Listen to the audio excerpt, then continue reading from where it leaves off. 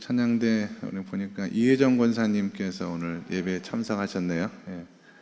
새벽 예배 걸어서 정말 비가 오나 눈이 오나 빠지지 않고 반주하시는 분인데 수술 받으시고 꽤 오랫동안 회복하는 시간을 가졌는데 참 오랜만에 이렇게 기오니까 좋죠, 권사님? 박수 한번 해주세요.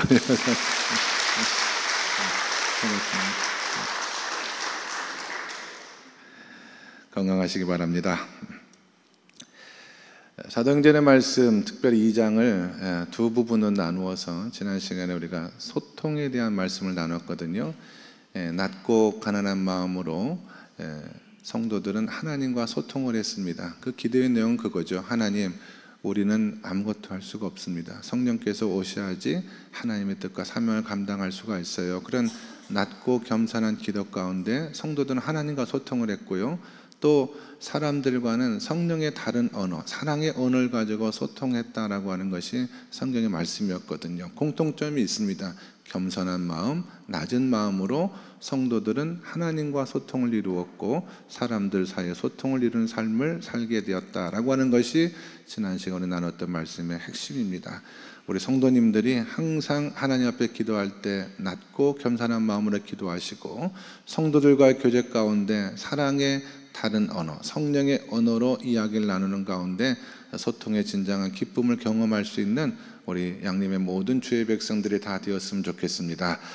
자, 오늘은 사도행전 2장 하반절의 말씀의 내용이 중심인데요. 균형에 대한 말씀을 좀 나누도록 하겠어요. 지난주 설교의 주제가 소통이었다라고 한다면 오늘 말씀의 주제는 바로 균형에 있습니다. 사도행전 2장에 성령이 오순절날 다락방에 있는 120명의 성도 가운데 임했던 사건을 성경은 이렇게 기록을 합니다. 갑자기 하늘로부터 급하고 강한 바람 소리가 들리더니 하늘에서 불의 혀같이 갈라지는 것이 기도하는 120명의 머리 위에 임하기 시작했다라고 그 신비로운 현상을 성경은 그렇게 증언을 해요. 그리고 이 사람들이 각각 다른 나라의 언어를 가지고 기도하기 시작하는데 그때 예루살렘에 예배하러 올라왔던 수많은 다른 나라에 살고 있는 수많은 교포들이 자기들 나라 말로 이야기하는 것을 유창하게 이야기하는 것을 보고 깜짝 놀랐다 그랬습니다. 어떻게 이 사람들이 우리나라 말을 이렇게 유창하게 할 수가 있었나. 그래서 큰 소동이 일어났다라고 성경은 기록을 하고 있거든요. 신비로운 체험이 아닐 수가 없습니다. 그런데 이런 신비로운 체험이 일어난 바로 이후에 이제 베드로가 일어나서 하나님의 말씀을 증거하기를 시작합니다. 이 베드로의 설교는 꽤 유명한 설교예요. 왜냐하면 이 베드로의 설교 한 편을 듣고 마음의 변화를 받아서 찔림을 받아서 내가 예수 믿기로 작정했던 사람이 3,000명이나 되었기 때문에 3,000명을 회개시킨 놀라운 설교였다라고 하는 것입니다. 그런데 좀 더 깊이 들여다보면은요, 이 베드로의 설교가 놀라웠던 것이 이 온 성도들과 그리고 예배하러 왔던 수많은 사람들이 신비로운 체험을 직접 눈으로 보고 듣고 경험한 이후에 그 체험에서만 그친 것이 아니라 분명히 선포되어진 하나님의 말씀과 균형을 이루어서 이런 놀라운 역사가 일어났다라고 하는 것이 이 사도행전 2장의 말씀의 내용입니다. 그러니까 사도행전 2장은 우리가 경험하는 신비로운 체험 있잖아요. 이 체험이 체험으로만 그쳐서는 안 된다는 거예요. 그 체험은 반드시 말씀을 통해서 연결이 되어져서 말씀을 통해 해석이 되어지고 또 말씀을 통해서 설명이 되어질 때 더 큰 은혜가 임하게 된다라고 하는 것이 사도행전 2장의 말씀입니다. 베드로는 성령 체험 이후에 말씀을 가지고 정확하게 이와 같은 사건이 왜 일어났으며 그 의미가 무엇인가에 대해서 정확히 설명을 했거든요. 신앙생활을 하다 보면은 종종 우리에게 신비로운 체험을 경험케 하시는 일들이 있어요. 기도 자리에서뿐만 아니라 일상의 삶을 통해서도 신비로운 체험들을 우리가 합니다. 기도하는 것대로 우리의 병이 낫기도 하고 문제가 기적적으로 해결되어지는 그런 은혜가 우리에게 종종 임하게 되는데, 그러나 중요한 것은 그런 체험의 자리에만 머물러서는 안 된다라고 하는 거예요. 왜 이런 일들이 나에게 일어났는가가 정확하게 하나님의 말씀을 통해서 설명이 되어지고 해석이 되어질 때 그 신앙은 균형을 갖출 수가 있습니다. 체험대로 말씀 따로, 이거는 균형을 잃어버릴 가능성이 종종 있어요. 여러분, 반대의 경우도 그렇습니다. 어떤 사람은요, 하나님의 말씀을 듣다가 깊은 영적인 깨달음을 얻는 분이 계십니다. 그 말씀에 큰 은혜를 경험한 분이 계시거든요. 그러나 그것도 말씀으로 끝나면 안 돼요. 그 말씀을 통한 큰 깨달음은 반드시 성령의 임재와 은혜 가운데 인도함을 받아야지 거기서 능력이 나오고 역사가 경험되어질 수 있어요. 예수님의 제자들이 예수님과 함께 3년간 예수님을 따라다니면서 제자훈련을 받지 않았습니까? 많은 말씀을 예수님에게 들었어요. 그런데 제자들이 그 들었던 말씀을 다 이해하고 깨달았을까요? 그렇지 않습니다. 특별히 십자가와 부활에 관한 이 신비로운 영적인 진리에 대해서는 다 알지를 못했어요. 그런데 이 제자들이 오순절날 성령을 체험한 후에 비로소 깨닫게 된 거예요. 그때 주님이 말씀하셨던 내용이 바로 이것이구나. 주님께서 내가 십자가에 못 박혀 죽으시겠다고 한 말씀의 의미가 바로 이것이구나라고 하는 것을 언제 깨닫느냐? 들었을 땐 깨닫지 못했어요. 근데 성령이 임재하고 난 이후에 제자들은 그 의미와 진리를 비로소 깨닫게 되었다라고 하는 것입니다. 그래서 우리가 신앙생활 할 때 말이죠, 하나님의 말씀과 성령의 체험, 이것이 반드시 균형을 갖추고 균형을 이루며 신앙생활을 해야 된다라고 하는 것이 사도행전 2장의 교훈이라고 할 수가 있습니다. 저는 신앙생활하면서 많은 성도들을 만났고 많은 성도들과 함께 기도했고 많은 성도들과 함께 교회를 섬겼거든요. 그러나 그 중에 어떤 분들은 이 균형을 잃어버리고 이 균형 감각을 상실해버리고 건강하지 못한 신앙의 길을 걸어갔던 분들도 꽤 많이 있었던 것으로 기억을 합니다. 그래서 건강한 신앙생활의 가장 중요한 키워드는 균형에 있다는 사실을 오늘 말씀을 통해서 분명히 깨닫길 바라요. 여호수아서 6장에 보시면 그런 말씀이 있거든요. 너희는 하나님의 백성을 향해서 하나님 말씀하시기를 너희는 우로나 좌로나 치우치지 말아라. 균형 있는 신앙생활을 해야 된다라는 가르침으로 해석할 수도 있고요. 또 예수님께서는 우리 성도들을 향해서 이 땅에서 믿음을 붙들고 살아가는 성도들을 향해서 너희는 비둘기같이 순결하라 그랬어요. 우리는 정직하고 깨끗하고 순결한 삶을 살아가야 됩니다. 그렇다고 해서 세상 한복판에서 무능하게 살아가면 안 돼요. 그래서 비둘기같이 순결하게 살아라고 하신 예수님의 말씀은 곧 이어 뱀과 같이 세상 속에서는 지혜롭게 살아가야 된다, 이 말씀도 겸하여 하시거든요. 예수 믿는 사람이 비둘기처럼 순결하고 온유한 것만 강조하고 세상에서 무능하게 살아가서는 안 된다라고 하는 뜻입니다. 그래서 항상 지성과 영성의 균형, 말씀과 성령의 균형, 성령의 은혜를 사모하는 마음과 더불어 하나님의 말씀을 기뻐하는 마음도 반드시 균형을 갖추어야지 우리가 건강한 신앙생활을 할 수 있다라고 하는 것입니다. 오늘 말씀 우리가 다 읽지는 않았어요. 베드로의 설교는 사도행전 2장 14절부터 36절까지 말씀이 전체거든요. 길어서 다 읽지를 않았습니다.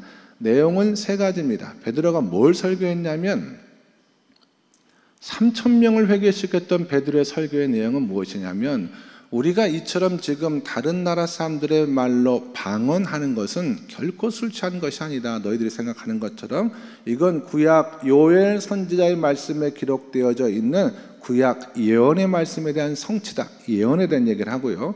두 번째는 뭘 얘기냐면 너희가 십자가에서 못 박혀 죽게 하신 그 예수가 부활하셨고 그리고 그 예수가 우리의 주님과 그리스도가 되신다라고 하는 예수 그리스도의 십자가 부활에 대한 말씀을 하십니다. 그리고 마지막 세 번째로 그분은 하늘로 올라가셨지만 그분 말씀이 성령이 너희 가운데 다시 오실 것이다 라는 얘기를 해요. 예언과 십자가와 부활 그리고 성령에 대한 이야기를 하는데 이 설교의 핵심이 36절의 말씀이에요.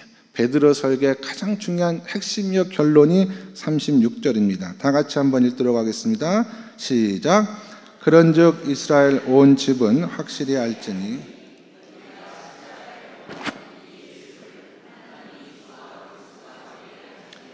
아멘. 너희가 십자가에 못 박은 이 예수가 무엇과 무엇이 되었다? 무엇과 무엇? 주와 그리스도가 되셨다. 이게 이 설교의 핵심입니다.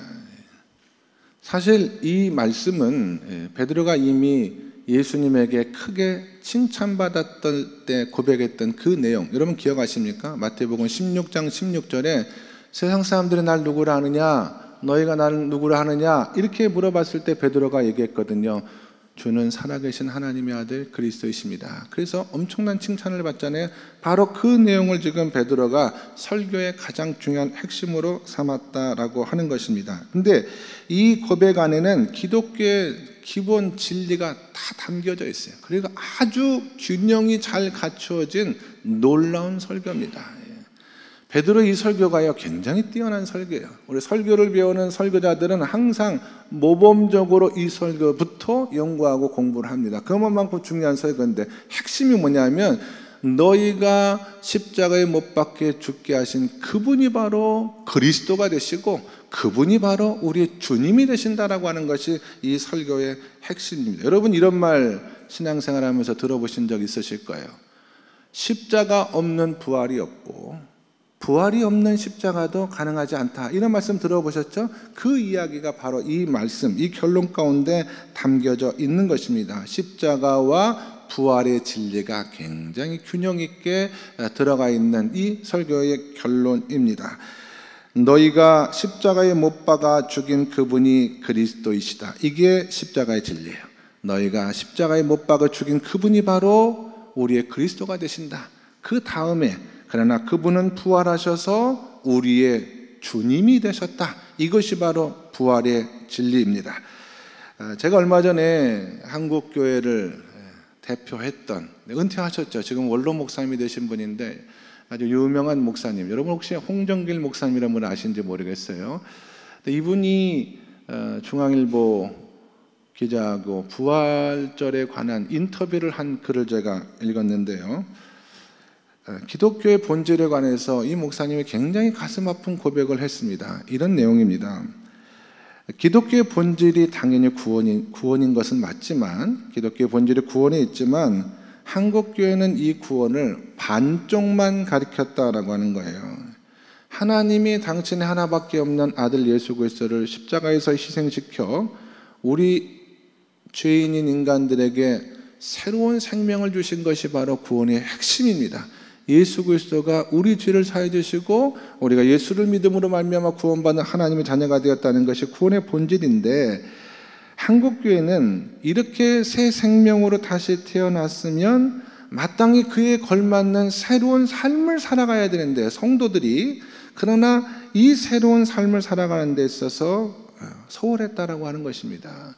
구원받은 것에는 집중했지만, 구원의 삶에는 열광했지만 그 구원받은 삶이 세상 속에서 어떻게 열매를 맺고 어떤 삶으로 이어져 가야 될 것인가에 대해서는 소홀히 했다라고 하는 거예요. 그래서 한국교회 안에는 구원받은 새 생명은 있지만 그에 걸맞는 새로운 삶은 없다. 이분이 진단한 내용. 제가 해설을 해드리면 한국교회는 십자가의 진리는 붙들었지만 부활의 진리는 놓쳐버렸다라고 하는 거예요. 우리말에는 생명, 삶, 생활 이런 단어들이 각각 나누어져 있잖아요. 영어 성경에 보면은 이 단어들이 life라는 한 단어로 기록이 되어져 있는 것을 보거든요. 그러니까 그 사람들은 예수로 말미암아 새로운 생명을 얻었으면 그 사람은 반드시 혹은 당연히 새로운 생활과 새로운 삶을 살아갈 수밖에 없어요. 그러나 우리는 그걸 다 나누었잖아요. 교회 안에 새로운 생명은 있지만 우리는 얼마든지 새로운 생활과 새로운 삶을 살아가지 않아도 되는 그런 환경 속에서 신앙생활 하다 보니까 한국의 성도들의 신앙생활이 균형을 잃어버린 거예요. 세상 사람들이 보기에는 균형을 잃어버린 한국교회 성도들의 신앙이 어떻게 보였느냐? 너무나 이기적인 모습으로 보여졌다라고 하는 것입니다. 교회가 이기적이고 성도들이 이기적인 삶을 살아가는 거예요. 신앙생활의 목표가 내가 축복받고 내가 건강하고 내 자식들이 잘 되고 이게 전부입니다. 생명을 얻어 그리스도 예수 안에서 새로운 삶을 시작했다라고 한다면 세상 한복판에서 우리가 어떤 삶을 살아갈 것인가에 대한 가르침도 없고 그런 삶을 살아가고자 하는 의지도 없고, 그러니까 예수를 믿으면 믿을수록 점점 균형을 잃어버리는 잘못된 길로, 이게 이제 그 목사님이 말씀하신 요지의 핵심이에요. 그러니까 궁극적으로는 어떤 일이 일어날 수가 있냐면은 우리가 십자가 앞에서 눈물을 흘릴 수는 있지만 세상 속에서는 그 눈을 가지고 다른 사람들을 훌기면서 살아갈 수 있는 그런 삶이 신학적으로 가능하게 되었다라고 하는 것입니다. 그래서 균형이 매우 중요하다. 그런 의미에서 베드로의 설교는 매우 탁월한 설교가 된다. 왜 이렇게 되었느냐? 왜 이렇게 우리가 균형을 잃어버린 신앙생활을 하게 되었는가? 중요한데 집중해서 잘 들어주시기 바랍니다. 오늘 설교는 조금 어려워요.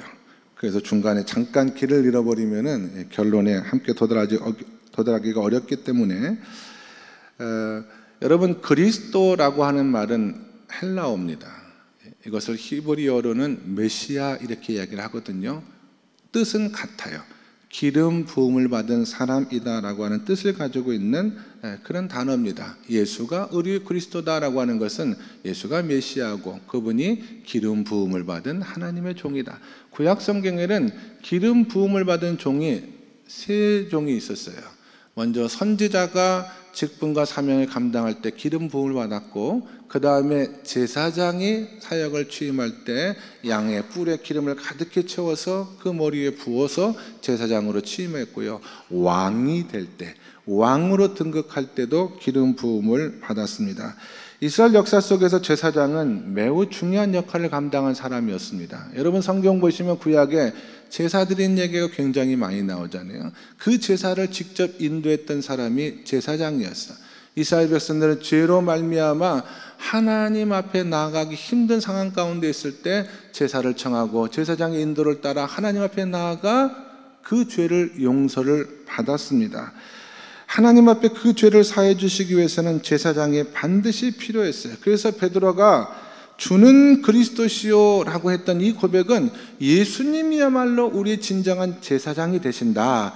예수님이야말로 우리 죄를 하나님 앞에 사해 주실 수 있는 유일한 구원자가 되신다라고 하는 이 고백이 이 말씀 가운데 담겨져 있는 것입니다. 제사장은 백성들의 죄를 사해 주기 위하여 하나님 앞에 나아갈 때 빈손 들고 나가지 않았어요. 제사장은 항상 제물을 들고 그 제물로 하나님 앞에 죄 사함을 구했거든요. 마찬가지로 예수 그리스도께서는 당신이 친히 제물이 되어서 십자가에서 피 흘려 죽으심으로 말미암아 하나님의 모든 백성들의 죄를 사해 주시고 용서해 주셨다라고 하는 그 의미가, 십자가의 진리가 이 그리스도라고 하는 고백 가운데 담겨져 있다라고 하는 것입니다. 여러분, 사는 것이 정말 행복하십니까? 예? 아멘 해주셔서 감사하고요. 근데 진짜 행복하냐 이걸 물어보는 거예요. 삶이 어떻습니까? 사실은 만만치 않아요, 여러분. 산다는 것이 결코 만만치가 않습니다. 삶의 무게가 굉장히 무거워요. 왜 그러냐면 우리가 여전히 죄의 짐을 마음에 짊어지고 살아가기 때문에 그렇습니다. 모든 사람들이 생각하고 말하는 것이 다 자기 중심적이에요. 이게 죄의 뿌리거든요. 그런데 세상이라고 하는 것이 내 마음대로 되던가요? 내 뜻대로 안 되잖아요. 나는 성공하고 싶지만 성공하는 것이 쉽나요, 여러분? 나는 건강하게 살아가고 싶지만 그런 마음의 소원이 없어서 병원에 있는 분들 없잖아요. 건강하길 원하지만 아픈 겁니다. 하다못해 자녀들이라도 좀 내 뜻대로 컸으면 좋겠는데 이 녀석들이 도대체 말을 듣지 않아요. 이 세상을 살아가는 모든 것이 내 마음과 내 뜻대로 되지 않기 때문에 가정생활도 그렇고 교회 생활도 그렇고 인생 자체가 내 마음대로 되지 않기 때문에 그래서 우리의 삶이 힘든 겁니다. 한 문제를 해결하고 나면 또 다른 문제가 찾아오고 한 고비를 넘어가면 또 다른 고비가 오는 것이 바로 우리의 죄와 연관이 되었다라고 하는 것이 바로 성경의 통찰이거든요. 그런데 예수 그리스도께서 이런 힘겨운 인생길을 살아가는 하나님의 백성들을 불쌍히 여겨주셔서 그들의 짊어지고 있는 모든 죄짐을 벗어주시기 위하여, 그래서 정말 주 안에서 하나님 안에서 행복하고 자유롭고 건강하고 축복된 삶을 살아가게 하시기 위하여 예수 그리스도가 십자가에서 죽으신 줄로 믿으시기 바랍니다. 그게 바로 주님은 나의 구세주고 주님은 나의 그리스도가 되신다라고 하는 이 신앙 고백의 가장 중요한 핵심이 되는 거예요. 그런데 우리의 고백이 여기서만 그쳐서는 안 된다라고 하는 것입니다. 여기서만 딱 끝나면 균형을 잃어버리는 것이다라고 제가 거듭 말씀을 드렸잖아요. 베드로의 설교, 베드로의 고백 안은 또 다른 중요한 진리가 포함되어져 있습니다. 예수님은 우리의 제사장일 뿐만 아니라 우리의 왕이 되어주세요. 왕은 다스리고 통치하시는 분이십니다. 예수님은 제사장으로 자신을 하나님 앞에 드림으로 우리 모든 죄짐을 사해 주셨을 뿐만 아니라 새로운 생명을 허락해 주셨을 뿐만 아니라 한 걸음 더 나아가서 예수님은 왕이시거든요. 우리 삶을 다스리고 통치하고 하나님의 뜻대로 부유로운 삶으로 인도하시기 위해서 예수님은 다시 살아나셔야만 했어요. 부활하셔서 그래야 우리와 함께 하실 수 있잖아요. 그래야 우리를 다스릴 수 있고 우리 기도에 응답하실 수가 있고 매일의 삶 우리와 동행하실 수 있게 하시기 위해서 예수 그리스도는 십자가에서 죽으신 후에 반드시 부활하셔야 되셨다라고 하는 거예요. 베드로는 그와 같은 부활하신 예수 그리스도를 뭐라고 표현하냐며 주님, 당신은 우리의 주님이 되십니다라고 고백한 것 가운데 이 진리를 이야기했다, 이 진리를 설교했다라고 하는 것입니다. 예수님의 십자가의 죽으심과 예수님의 부활은 이 두 가지를 다 포함하고 있는 거예요. 여러분, 예수님은 지금도 살아 우리의 삶 가운데 역사하시는 하나님이 준 줄로 믿으십니까? 그렇잖아요. 우리가 죄짐으로 말미암아 넘어질 때 우리 곁에 오셔서 예수님 말씀하십니다. 괜찮아, 다시 할 수 있어. 내가 도와줄 테니까 다시 한번 일어서자. 이렇게 말씀하신 주님은 부활하신 주님이세요. 우리의 삶을 다스리시는 왕이신 주님이십니다. 우리가 그 주님과 동행하는 삶, 믿음의 삶을 살아갈 때 우리는 매일의 삶을 주님과 함께 할 수가 있고, 그래서 베드로는 예수여 주님은 나의 주님이 되십니다라고 하는 이 놀라운 고백을 성경에 기록해 놓았다라고 하는 것입니다. 주님은 우리의 죄를 구원해 주시기 위해서 십자가에서 죽으셨을 뿐만 아니라 우리를 다스리시기 위해서 부활하셨습니다. 이게 완벽한 복음이다라고 하면 우리 신앙생활과 이 한 주간 뿐만 아니라 앞으로의 우리 신앙생활을 믿음으로 살아가실 때 이 균형에 대한 생각, 균형을 위한 기도를 우리가 꼭 해야 돼요. 제가 몇 가지만 여러분에게 나누고 말씀을 마치도록 하겠습니다. 제가 소개하고 적용하는 내용 가운데 내가 균형을 잃어버린 내용들은 어떤 내용들인가 한번 가만히 생각해 보시고 그 내용을 붙들고 기도하심을 통하여 우리 신앙생활이 좌로나 우로나 치우치지 아니하는 균형 잡힌 신앙생활이 되었으면 좋겠어요. 하나는 하나님의 말씀의 능력과 성령의 능력이 균형을 갖춰야 됩니다. 그건 제가 오늘 읽었던 사도행전 2장에 아주 잘 드러나 있죠. 지성과 영성이 균형을 갖추는 교회와 신앙이 건강합니다. 여러분, 성경 공부에 대한 말씀에 대한 열망도 뜨거워야 되지만 기도의 자리를 또 반드시 지켜야 됩니다. 예배하는 자가 어떻게 예배를 드리라고 성경은 말씀하셨냐면 영과 진리로 예배드리라고 했잖아요. 영은 성령을 말하는 것이고 진리는 말씀을 말하는 것입니다. 그래서 하나님 앞에 예배하고 하나님 앞에 바른 신앙과 믿음의 삶을 살기 원하시는 분들은 영과 진리의 균형을 반드시 붙들으셔야 돼요. 여러분 어떻습니까? 우리 교회는 어떤 것 같아요? 균형을 갖춰야 됩니다. 두 번째로는 축복과 헌신도 균형을 갖춰야 됩니다. 여러분, 축복이라고 하는 것이 우리 신앙생활의 궁극적인 목표는 아닙니다. 헌신의 삶을 위한 시작이라는 생각을 늘 하셔야 돼요. 많은 성도님들이 성공하기를 원하거든요. 그러나 진정한 성공이라고 하는 것은 세상에서 잘 사는 것이 진정한 성공이 아니에요. 하나님과의 관계에서 내가 하나님의 뜻과 하나님의 계획과 하나님의 목표들의 삶을 살아가고 있느냐, 이루어가고 있느냐, 여기서 진정한 삶의 성공과 실패가 구분이 된다라고 하는 것입니다. 성공은 하나님 나라를 위한 거룩한 도구일 뿐입니다. 우리 기도가 단순한 축복과 성공을 위한 기도입니까? 아니면 헌신을 위한 수단으로 인식하고 기도하고 있습니까? 굉장히 중요한 주제. 한국 교회가 탐욕스러운 교회가 된 것은 헌신을 구하지 아니하고 성공만을 구하는 신앙생활과는 무관하지 않다라고 생각을 합니다. 한국 교회는요, 은사와 은혜도 탐욕적으로 구해요. 그 받은 은사와 은혜를 통하여 내가 어떻게 교회 공동체를 섬기고 세상을 섬길 것인가에 대한 목적에 관심을 두지 않냐고, 그냥 내가 돈을 모으듯이 은혜를 모으고 은사를 모으고 축복을 모으고 이와 같은 균형을 잃어버린 신앙생활에 대할 가능성이 매우 큽니다. 축복과 헌신은 균형을 이루어야 된다.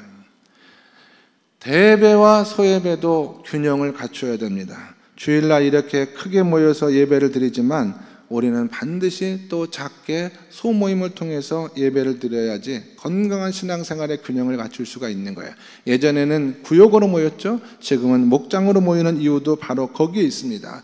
예배를 통해서 받은 은혜를 목장을 통해서 흘려보내야 되고, 그 목장을 통해서 받은 위로를 또 예배를 통해서 결단해야 되고, 이것이 균형 있게 이루어져야지 건강한 신앙생활을 해나갈 수가 있다라고 하는 거예요. 대예배만 드리는 신앙으로는 건강한 신앙생활을 유지하기가 어렵다라는 말씀을 드리는 것입니다.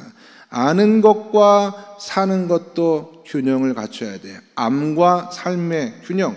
삶이 없는 아는 것은 큰 의미가 없습니다. 오죽했으면 사도 야고보가 말하기를 행함이 없는 믿음은 죽은 믿음이다, 이런 얘기까지 했겠어요. 머릿속으로는 진리에 대해서, 복음에 대해서, 하나님에 대해서 뜨겁게 아는 것 같지만 정작 그 삶을 통해서 그 지식, 성경적인 지식이요, 이런 신앙적인 지식이 우리 삶 가운데 펼쳐지지 않는다면, 드러나지 않는다면, 베풀어지지 않는다라고 한다면 그렇게 아는 것은 큰 유익이 되지 못한다라고 하는 것입니다. 반드시 우리 삶에는 섬김과 나눔이 있어야 된다라고 하는 거예요. 다섯 번째로는 개인의 구원과 사회 참여도 역시 균형을 갖춰야 됩니다. 개인 구원만을 강조하는 교회는요, 균형을 잃은 교회가 될 가능성이 많이 있어요.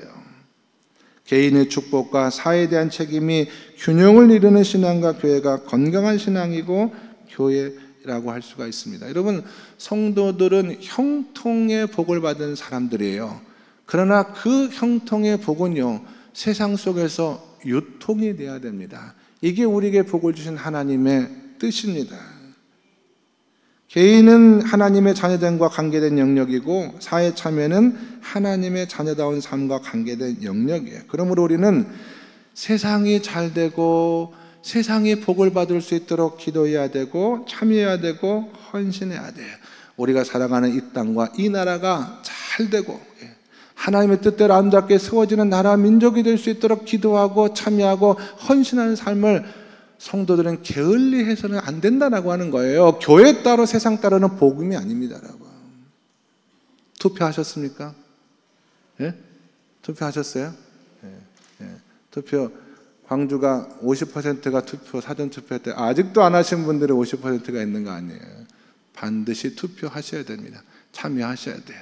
정말 하나님의 백성을 사랑하고 이 땅의 민주주의와 평화를 위해서 나라를 잘 이끌어갈 수 있는 지도자를 뽑는 일은 굉장히 중요하고요. 우리는 투표에 참여함으로 그분을 뽑아야 되고 그분을 위해서 기도해야 되고, 그분이 정말 성경에 말씀드린 삶에 어긋난 삶을 정치를 하게 된다면 그분을 감시하고 견제도 해야 되고, 또 그분을 위해서 참여하고 연대하는 이와 같은 일체의 모든 행위가 이게 신앙이라는 거예요. 이것만 하겠다라고 하면 교회가 아닐 수 있지만, 그러나 교회는 이것도 반드시 해야 된다라고 하는 사실을 기억하시기 바랍니다. 교회 따로 세상 따로는 복음이 아니에요. 교회의 양적인 성장과 질적인 성장도 균형이죠. 리더의 섬김과 성도의 존경도 균형입니다. 비전도 열정도 따지고 보면 균형이에요, 여러분. 하나님을 높이는 일과 성도들을 세우는 일도 균형을 갖추어야지 건강한 신앙생활, 건강한 교회가 될 수 있다라고 하는 것을 이 베드로의 설교를 통해서 여러분 꼭 기억하시고 이 한 주간 신앙과 믿음의 삶을 살아가실 때 오늘 나눴던 말씀을 마음속에 생각하면서 내 신앙과 또 우리 교회에 부족한 것은 무엇인가? 혹 내 신앙에서 균형을 잃어버린 너무 한쪽으로 치우쳐 건강하지 못한 부분이 있었다라고 한다면 그것이 무엇인가를 말씀을 통해서 깨닫고 기도의 제목으로 삼아서 하나님 앞에 우리의 신앙과 믿음이 균형 갖춘 건강한 신앙과 교회가 될 수 있기를 주 예수 그리스도의 이름으로 간절히 축원합니다. 기도하겠습니다. 하나님 아버지, 베드로의 설교를 통해서 십자가와 부활의 진리의 말씀을 통해서 그분은 우리 그리스도이시며 동시에 우리의 주님이 되신다는 이 놀라운 설교를 통해서 성경적 균형이 무엇인가에 대해서 깨닫게 도와주시니 감사합니다. 우리 신앙과 우리 교회 신앙이 건강하고 바르게 세워지기 위해서는 반드시 균형 감각이 필요하다는 사실을 말씀을 통해서 깨닫고 한 주간의 삶을 통해서 이 균형을 위해서 기도하고 주의 말씀을 상고할 수 있는 저희 모두가 다 될 수 있도록 인도하여 주시옵소서. 예수 그리스도 이름 받들어 기도드리옵나이다. 아멘.